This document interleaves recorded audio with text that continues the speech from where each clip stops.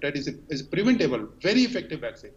So likewise, they must take COVID vaccine, because in case anybody, even 1 out of 100 or 1,000 develops COVID, they'll be in great difficulty with hemophilia. So they must take the vaccine, and the vaccine will be as effective and will not cause any other adverse events because of hemophilia. So it's a good vaccine for them. Right. जी, doctor GC Khilnani और doctor Naresh Gupta, बहुत शुक्रिया आप दोनों का, आपने इतनी महत्वपूर्ण जानकारी हमारे दर्शकों के सवाल लिए और इस जानकारी को उन तक पहुंचाया। बहुत बहुत शुक्रिया आप दोनों का हमारे प्रोग्राम डॉक्टर स्पीक में जुड़ने के लिए।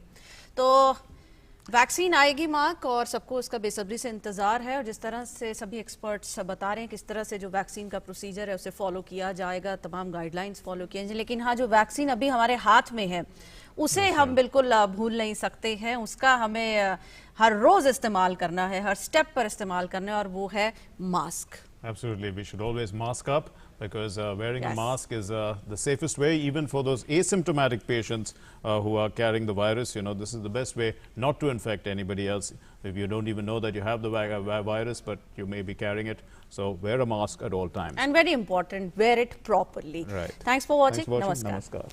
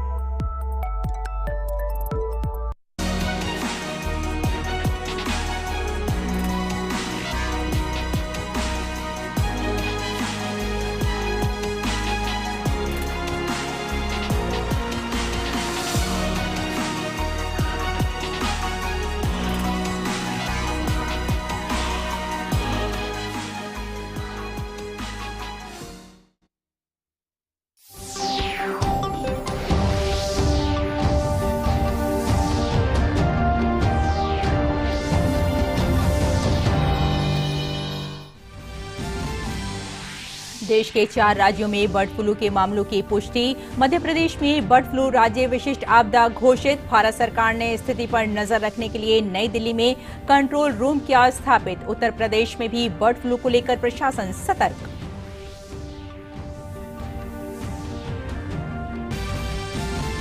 कोरोना वायरस की उत्पत्ति की जांच के लिए अंतर्राष्ट्रीय विशेषज्ञों की टीम को चीन में प्रवेश नहीं दिए जाने पर विश्व स्वास्थ्य संगठन ने जताई नाराजगी।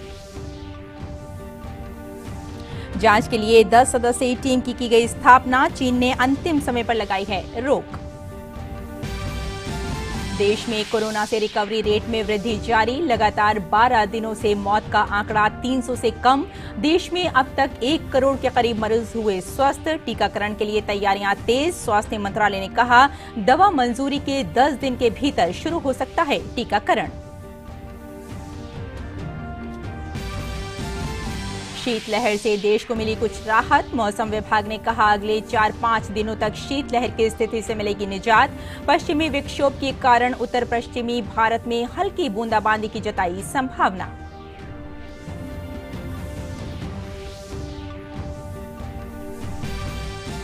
अमेरिका के जॉर्जिया में सीनेट की 2 सीटों के लिए हुआ मतदान। डेमोक्रेट राफेल वार्नोक ने रिपब्लिकन उम्मीदवार के लिए लॉयफ्लर को दी मात। सीनेट पर नियंत्रण हासिल करने के लिए डेमोक्रेट्स को दोनों सीटें जीतना जरूरी। सिडनी में कल होने वाले मुकाबले के लिए टीम इंडिया का ऐलान। रोहित शर्मा की हुई 1 साल बाद वापसी। नवदीप सैनी करेंगे टेस्ट डेब्यू। मेलबर्न में जीत का डंका बजाने के बाद भारतीय टीम के हौसले बुलंद।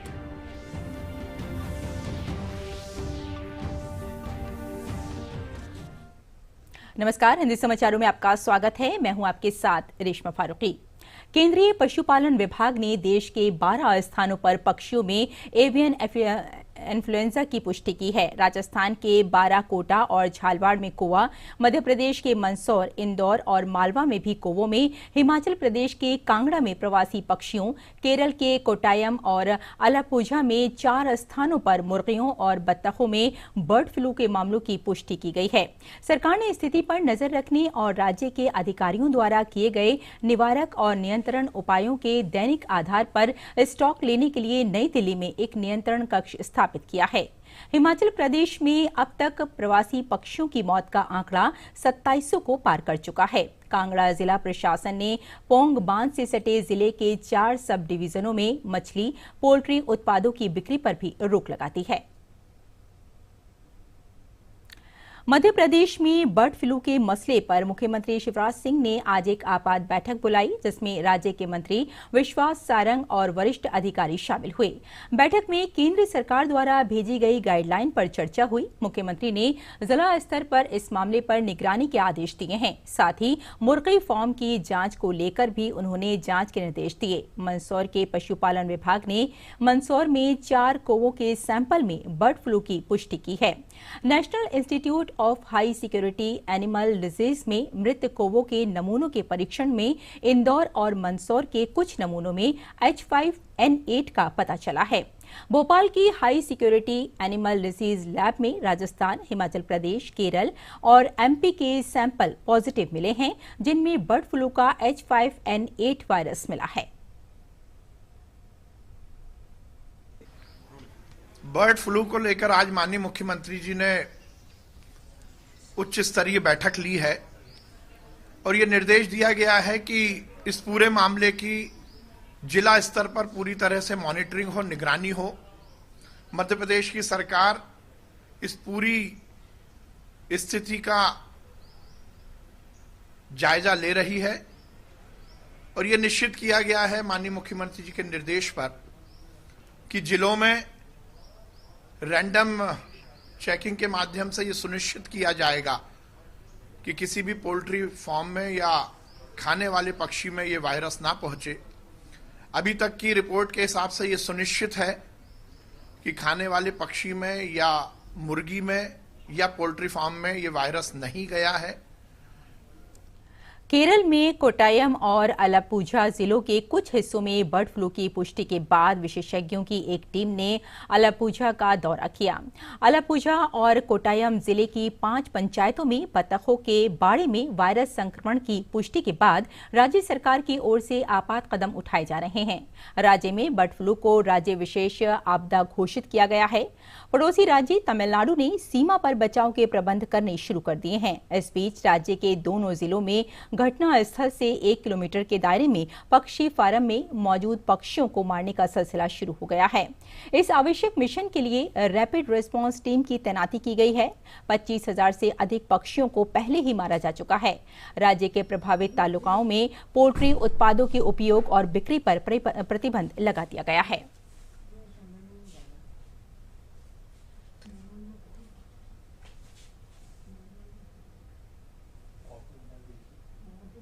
उत्तर प्रदेश के मुख्यमंत्री योगी आदित्यनाथ के निर्देश के बाद बर्ड फ्लू को लेकर राज्य का पशुपालन विभाग भी हरकत में आ गया है। विभाग ने बत्तख और पोल्ट्री फार्म में पक्षियों की संख्या और मुख्यालय से दूरी के साथ रिपोर्ट प्रस्तुत करने के निर्देश दिए हैं। जिला स्तर पर टास्क फोर्स के सदस्यों को आपात स्थिति से निपटने के लिए तैयार रखा गया है। पोल्ट्री फार्म, दुकान, बाजार, नेशनल पार्क, अभयारण्य, जलाशय पर पक्षियों को लेकर लगातार सर्विलांस करने के निर्देश दिए गए हैं। निर्देशों के तहत पक्षियों के कोला एकल स्वैब जांच के लिए बरेली लैब भेजने को कहा गया है। यूपी पशुपालन विभाग की तरफ से कंट्रोल रूम का नंबर भी जारी किया गया है।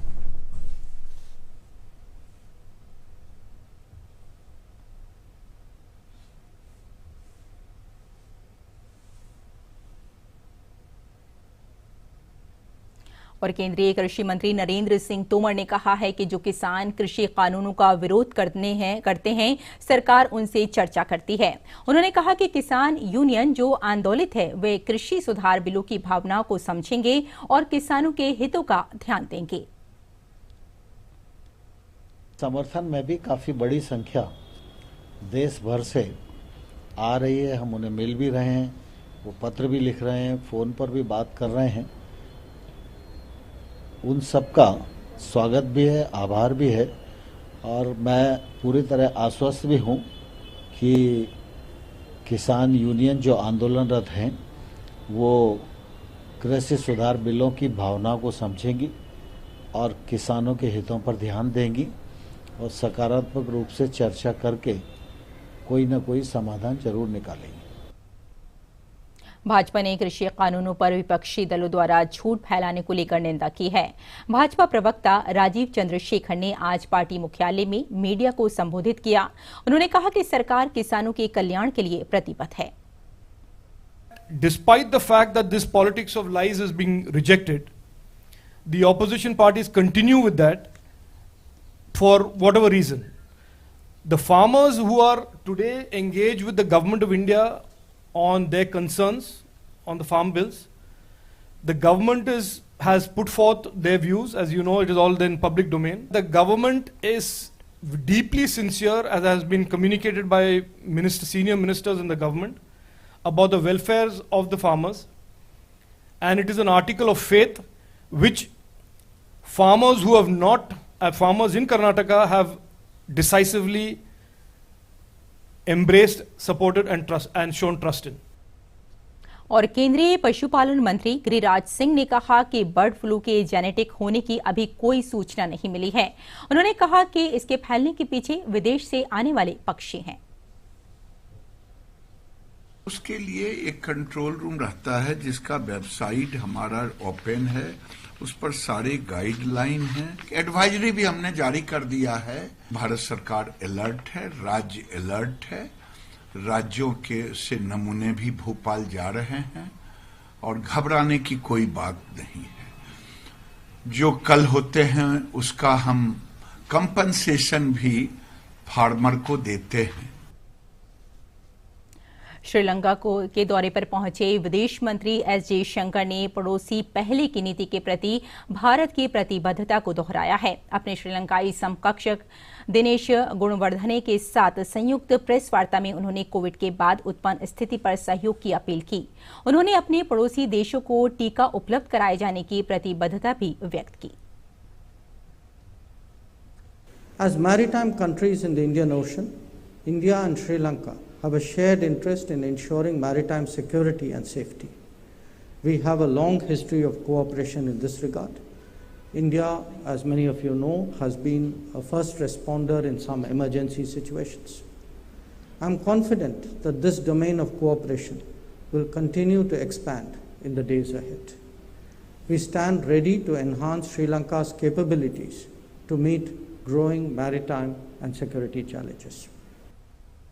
विदेश मंत्री ने कहा कि लिट्टे श्रीलंका के बीच जारी समन्वय की प्रक्रिया पर कहा कि भारत एक समावेशी राजनीतिक दृष्टिकोण के लिए सुलह प्रक्रिया का समर्थन करना जारी रखेगा जो सामुदायिक सद्भाव को प्रोत्साहित करता है।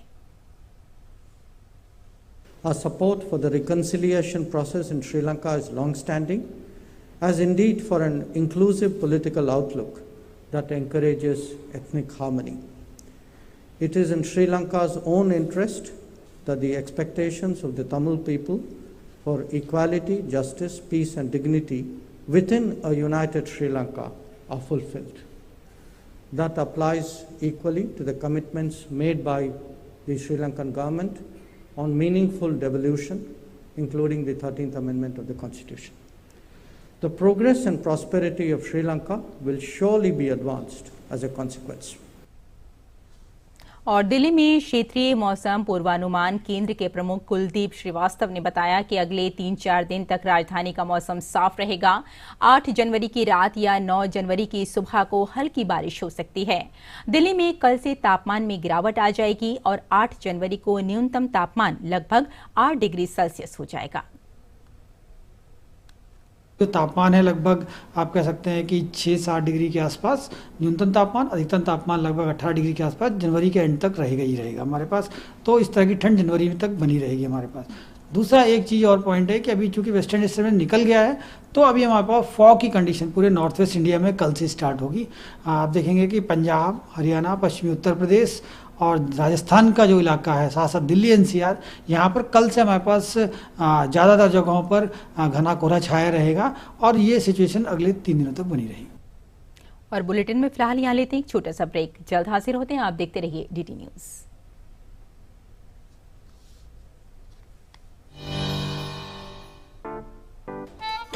नाइन to 5 जॉब, अरे 5 to 9 जॉब, भाग दौड़ all the time job, the roaming वाला जॉब, द डेडलाइन वाला जॉब, और are you living in the market वाला जॉब। जिंदगी में मौके ही मौके हैं। अपनी मर्जी से जॉब चुनिए, अपनी इच्छा अनुसार कमाइए, बन जाइए LIC एजेंट। ये है जॉब से बढ़कर, ये है करियर इंश्योरेंस।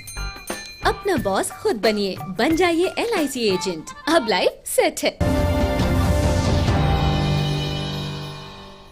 ब्रेक के बाद एक बार फिर आपका स्वागत है। देश में कोरोना वायरस से ठीक होने वाले मरीजों की संख्या तेजी से बढ़ रही है, जिसके कारण सक्रिय मामलों में लगातार गिरावट जारी है। स्वास्थ्य विभाग की ओर से जारी ताजा आंकड़ों के मुताबिक देश में 99,97,000 से ज्यादा मरीज स्वस्थ हो चुके हैं। वर्तमान में रिकवरी दर 96.36% हो गया है। मृत्यु दर की बात की जाए तो कोविड के कारण मृत्यु दर 1.45% है। सक्रिय मामलों की बात की जाए तो ये लगातार घटते जा रहे हैं और 6 महीने के बाद ये संख्या 2.5 लाख से भी कम हो गई है। वहीं ब्रिटेन में मिले कोरोना वायरस के नए स्ट्रेन से संक्रमित कुल 71 मामले पाए गए हैं। देश में लगातार 12 दिनों से मौत का आंकड़ा 300 से कम बना हुआ है। देश में मृत्यु का आंकड़ा विश्व में सबसे कम बना हुआ है। पिछले 7 दिनों से प्रति 10 लाख की जनसंख्या पर केवल 1 मौत देश में हुई है। देश में रिकवरी दर में लगातार वृद्धि जारी है। पिछले 24 घंटों में 21,000 से ज्यादा मरीज ठीक हुए हैं। एक्टिव केस देश में 2.5 लाख से कम हो गए हैं। नए मामलों की संख्या में लगातार कमी आ रही है और ये 20,000 से नीचे बना हुआ है। भारत बायोटेक की वैक्सीन को मिली मंजूरी पर उठे सवालों पर स्वास्थ्य मंत्रालय ने कहा है कि नियमों के तहत और बीमारी की गंभीरता को देखते हुए आपात स्थिति में वैक्सीन इस्तेमाल की इजाजत दी गई है। साथ ही चौथी वैक्सीन जो फेज 3 ट्रायल में है उसे DNA प्लेटफॉर्म पर विकसित किया जा रहा है, जो देश के लिए बड़ी उपलब्धि है। स्वास्थ्य मंत्रालय का कहना है कि जिस दिन से आपातकाल मंजूरी मिली है उसके 10 दिन के भीतर टीकाकरण शुरू हो सकता है। सरकार का कहना है कि टीकाकरण के लिए पूरी तैयारी है और उसकी प्रक्रिया तैयार है और इस काम को बिन ऐप की मदद से भी किया जा सकता है। हालांकि हेल्थ वर्कर्स और फ्रंट वर्कर्स को रजिस्ट्रेशन की जरूरत नहीं होगी। अमेरिका के जॉर्जिया राज्य में 2 सीनेट सीटों के लिए दोबारा मतदान की प्रक्रिया खत्म हो गई है। जॉर्जिया में डेमोक्रेट राफेल वार्नोक ने संसद के उच्च सदन सीनेट के चुनाव में रिपब्लिकन उम्मीदवार केली लोएफ्लर को हरा दिया है। जॉर्जिया में सीनेट की एक और सीट के लिए रिपब्लिकन पार्टी के सांसद डेविड पेरेड्यू और डेमोक्रेट उम्मीदवार जॉन ऑसपॉफ के बीच मुकाबला है, लेकिन इसका परिणाम अभी घोषित नहीं हुआ है। विशेषज्ञों का कहना है कि अगर डेमोक्रेट दोनों सीट लेते हैं तो सीनेट में डेमोक्रेट और रिपब्लिकन पार्टी के 50-50 प्रतिनिधि हो जाएंगे। इस स्थिति में उपराष्ट्रपति कमला हैरिस के पास निर्णायक मत देने का अधिकार होगा और डेमोक्रेट को बहुमत मिल जाएगा। यदि पेरेड्यू फिर से चुनाव जीत गए तो सीनेट में रिपब्लिक पार्टी को बहुमत बरकरार रहेगा।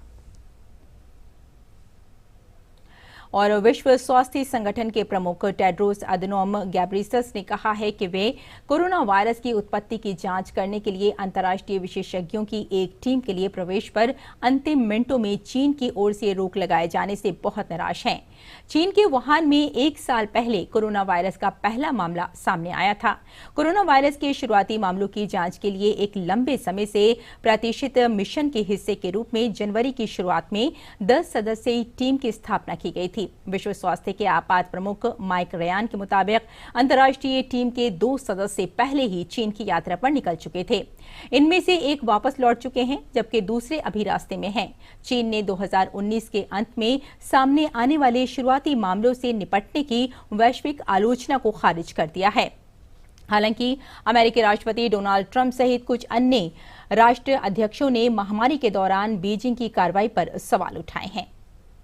और दुनिया भर में कोरोना वायरस से प्रभावित लोगों की संख्या 8 करोड़ 67 लाख के पार पहुंच चुकी है। इसी के साथ इस बीमारी से मरने वालों की आंकड़ा भी 18,73,000 हो चुका है।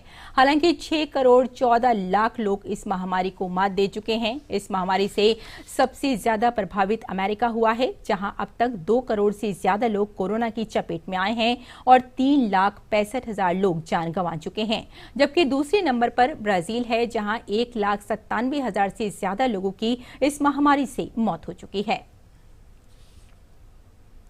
जर्मनी कोरोना वायरस संक्रमण में हो रही बढ़ोतरी के मद्देनजर इस महीने के अंत तक अपने देशव्यापी कोरोना वायरस लॉकडाउन का विस्तार करते हुए कुछ और सख्त प्रतिबंध लागू किए हैं। नए नियमों के तहत जर्मनी तेज संक्रमण वाले इलाकों से पहली बार गैर जरूरी यात्राओं को प्रतिबंधित किया गया है। जनवरी के अंत तक दुकानों और रेस्तराओं को भी बंद रखने के आदेश दिए गए हैं। इस महीने के अंत तक स्कूलों को भी बंद रखा गया है। ऑनलाइन क्लास चालू रहेगी। और इजराइल में बढ़ रहे कोविड-19 के मामलों को देखते हुए पहले से चल रहे 14 दिनों के लॉकडाउन को और कड़ा कर दिया गया है। सख्त लॉकडाउन 7 से 8 जनवरी के बीच लागू होगा। इजराइल में 15% आबादी का कोविड-19 टीकाकरण पहले ही पूरा कर लिया गया है, लेकिन इसके बाद भी कोरोना वायरस संक्रमण के मामले तेजी से बढ़ रहे हैं। इजराइल में कोविड संक्रमण के 4,56,130 मामले अब तक सामने आए हैं, जबकि संक्रमण से अब तक यहां 3,490 से अधिक लोगों की मौत हुई है।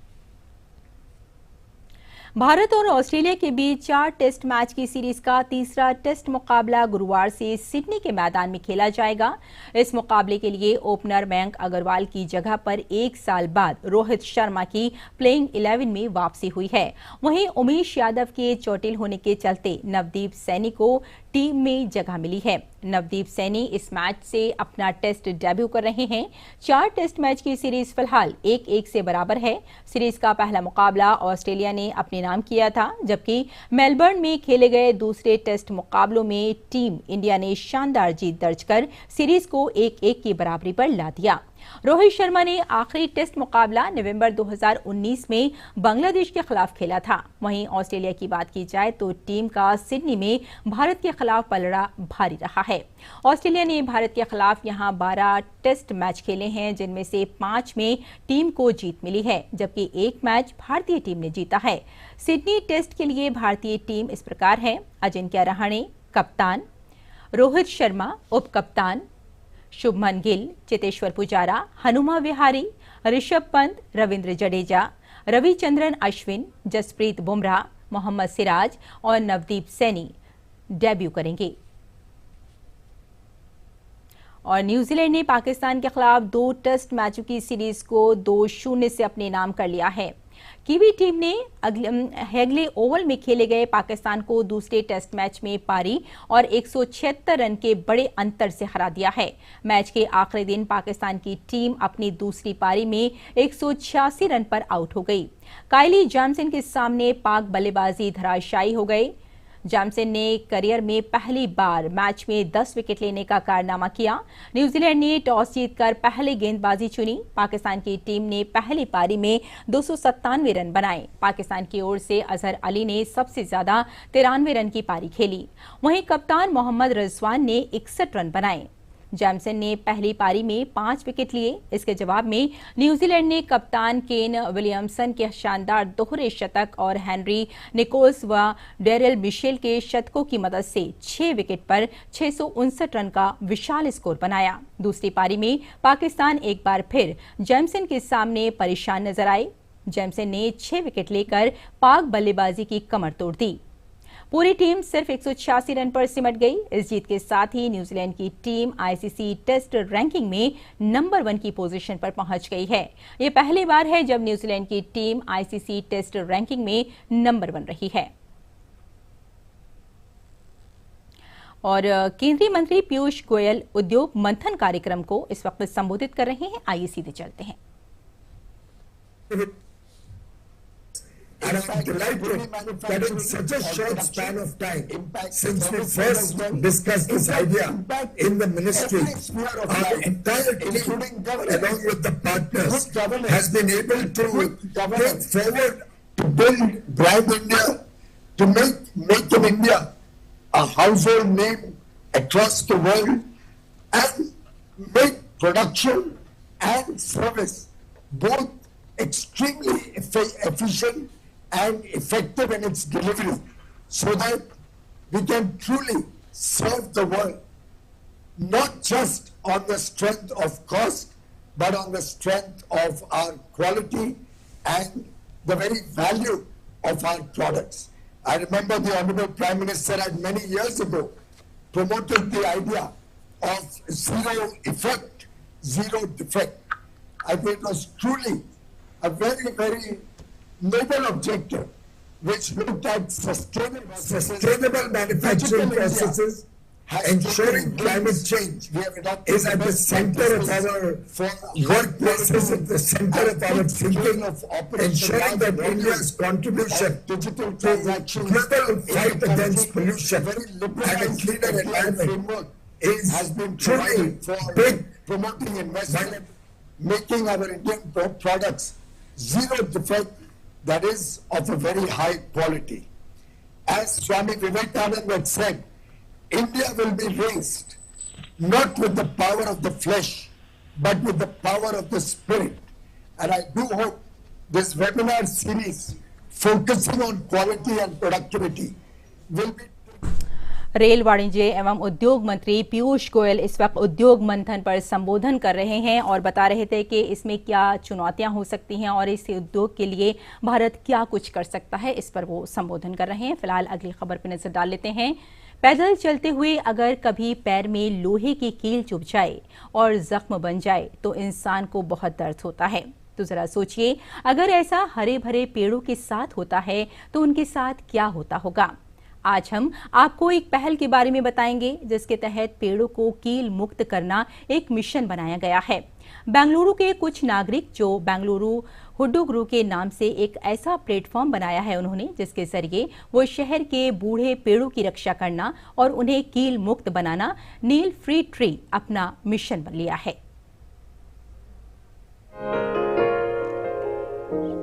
बेंगलुरु शहर अपनी हरियाली के लिए गार्डन सिटी के नाम से भी जाना जाता है और यहाँ की हवा और इस मौसम ने इस शहर को पैराडाइज की पहचान दी है। और इसे बनाए रखने के लिए और बूढ़े पेड़ों को बचाने के लिए बेंगलुरु हुड्डुगुरु की टीम ने एक संकल्प बना लिया है। ये देखिए कैसे इन पेड़ों से लोहे के कील निकालते हैं। हाथ में विशेष औजार और पाने लिए ये युवा कटिंग प्लेयर स्क्रू ड्राइवर से एक एक पेड़ पर ठोके गए कील को निकालने का काम हर वीकेंड पर करते हैं। 2 साल पहले मेरे भी पैर में चोट लगी थी, कील चुभ गया था, तो मेरे इग्नोरेंस मैंने काफ़ी उसको इग्नोर कर दिया, तो 3 बार मेरे पैर का ऑपरेशन करना पड़ा। और रिसेंटली विनोद बोल के हमारे जो कलीग है विनोद कर्तव्य, वो घर में बैठे बैठे कहीं पे ऐसे पीछे चले गए, उनको भी कोई फर्नीचर क्रैक से लग गया, तो वहीं पे ये आइडिया आ गया, यार हमको जब चुभ जाता है, इन्फेक्शन होता है, पॉइजन होता है, जो भी होता है आयरन चुभने से, तो पेड़ को कितना दर्द हो रहा होगा। कीर्ति के अलावा केशव ठकुरिया भी मानते हैं कि पेड़ों को कील मुक्त करना और उन्हें बचाना हर किसी का दायित्व है और भविष्य के लिए पर्यावरण की सुरक्षा हर नागरिक की जिम्मेदारी होनी चाहिए। हर वीकेंड पर शहर के अलग अलग हिस्सों में बेंगलुरु हुड्डुगुरु की टीम पेड़ों से किलो के हिसाब से लोहे के कील निकालते हैं। हर पेड़ पर 1 किलो से कम लोहा नहीं निकलता। फरदीन जो बॉक्सर हैं, इस काम को अपना मोटिवेशन मानते हैं। इन युवकों को पेड़ से जुड़े देखकर राह चलने वाले लोग भी बड़ी जिज्ञासा में पड़ जाते हैं और पूछ ही लेते हैं कि आखिर ये क्या हो रहा है। और कभी कभी तो सड़क पर चलने वाले लोग इनका साथ भी देते हैं। कभी दूध वाला तो कभी ऑटो वाला कील निकालने के काम में हाथ बटा देते हैं। बेंगलुरु में बारिश के मौसम में अक्सर पेड़ गिरने लगते हैं और जान माल का भारी नुकसान भी होता है। उसका कारण है ये लोहे की कील, जो पेड़ों को कमजोर बना देते हैं और धीरे धीरे पेड़ के अंदर जहर फैला देते हैं। इसीलिए जरूरी है कि पेड़ों को इस लोहे से बचाया जाए। अगर हर नागरिक एक एक पेड़ की सुरक्षा और सफाई की जिम्मेदारी ले तो शहर की हरियाली और स्वस्थ पर्यावरण बना रहेगा और बुजुर्ग पेड़ भी सबके लिए जीवन दान देते रहेंगे। इस टीम के प्रयास को देखते हुए बेंगलुरु नगर पालिका ने भी अब फैसला कर लिया है कि इन पेड़ों को दर्द देने वालों को अब कानूनी सजा होगी। तो जाहिर सी बात है, जो दर्द देंगे उन्हें दर्द का एहसास कराया जाएगा। कैमरामैन अंचन के साथ आयशा खानम, डीडी न्यूज बैंगलोर। मशहूर संगीतकार AR रहमान का आज 54वां जन्मदिन है। रहमान ने हिंदी और तमिल फिल्मों में हिट संगीत दिया है। चेन्नई में जन्मे रहमान गोल्डन ग्लोब अवार्ड से सम्मानित होने वाले पहले भारतीय हैं। इसके साथ ही वो ऐसे पहले भारतीय हैं जिन्हें ब्रिटिश भारतीय फिल्म स्लम डॉग मिलियनेयर में उनके संगीत के लिए 2 ऑस्कर पुरस्कार प्राप्त हुए हैं। रहमान ने रंगीला, ताल, दिल से, जोधा अकबर, रंग दे बसंती और रॉकस्टार जैसी सैकड़ों फिल्मों के लिए शानदार संगीत दिया है, जो आज भी लोगों की जुबान पर है। आप उनके गीतों का लुत्फ उठाएं और हमें यही इजाजत दें। नमस्कार।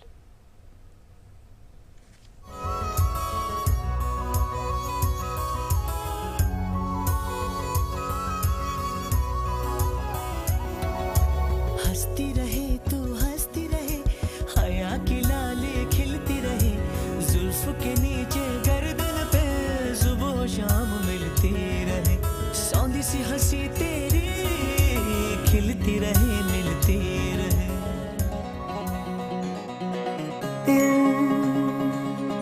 गिरा कहीं पर दफतन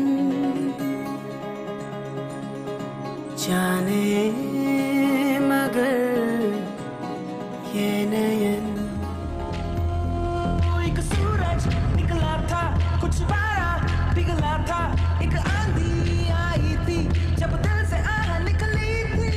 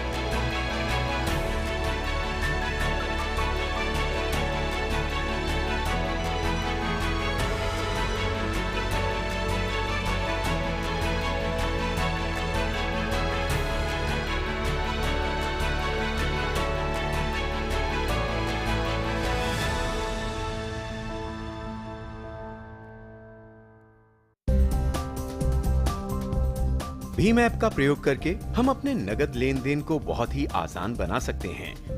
भीम ऐप के जरिए broadband, cable TV, DTH, electricity bill payment आसानी से किए जा सकते हैं। साथ ही गैस बिल का भुगतान या हेल्थ इंश्योरेंस भी किया जा सकता है।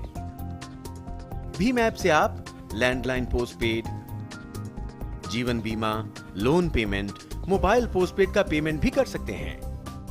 आपको किसी से पैसा मंगाना हो या किसी को भेजना हो तो वो भी आसानी से किया जा सकता है। तो देर किस बात की, अपने मोबाइल पे भीम ऐप डाउनलोड कीजिए और अपने नगद लेन देन की प्रक्रिया को आसान बनाइए।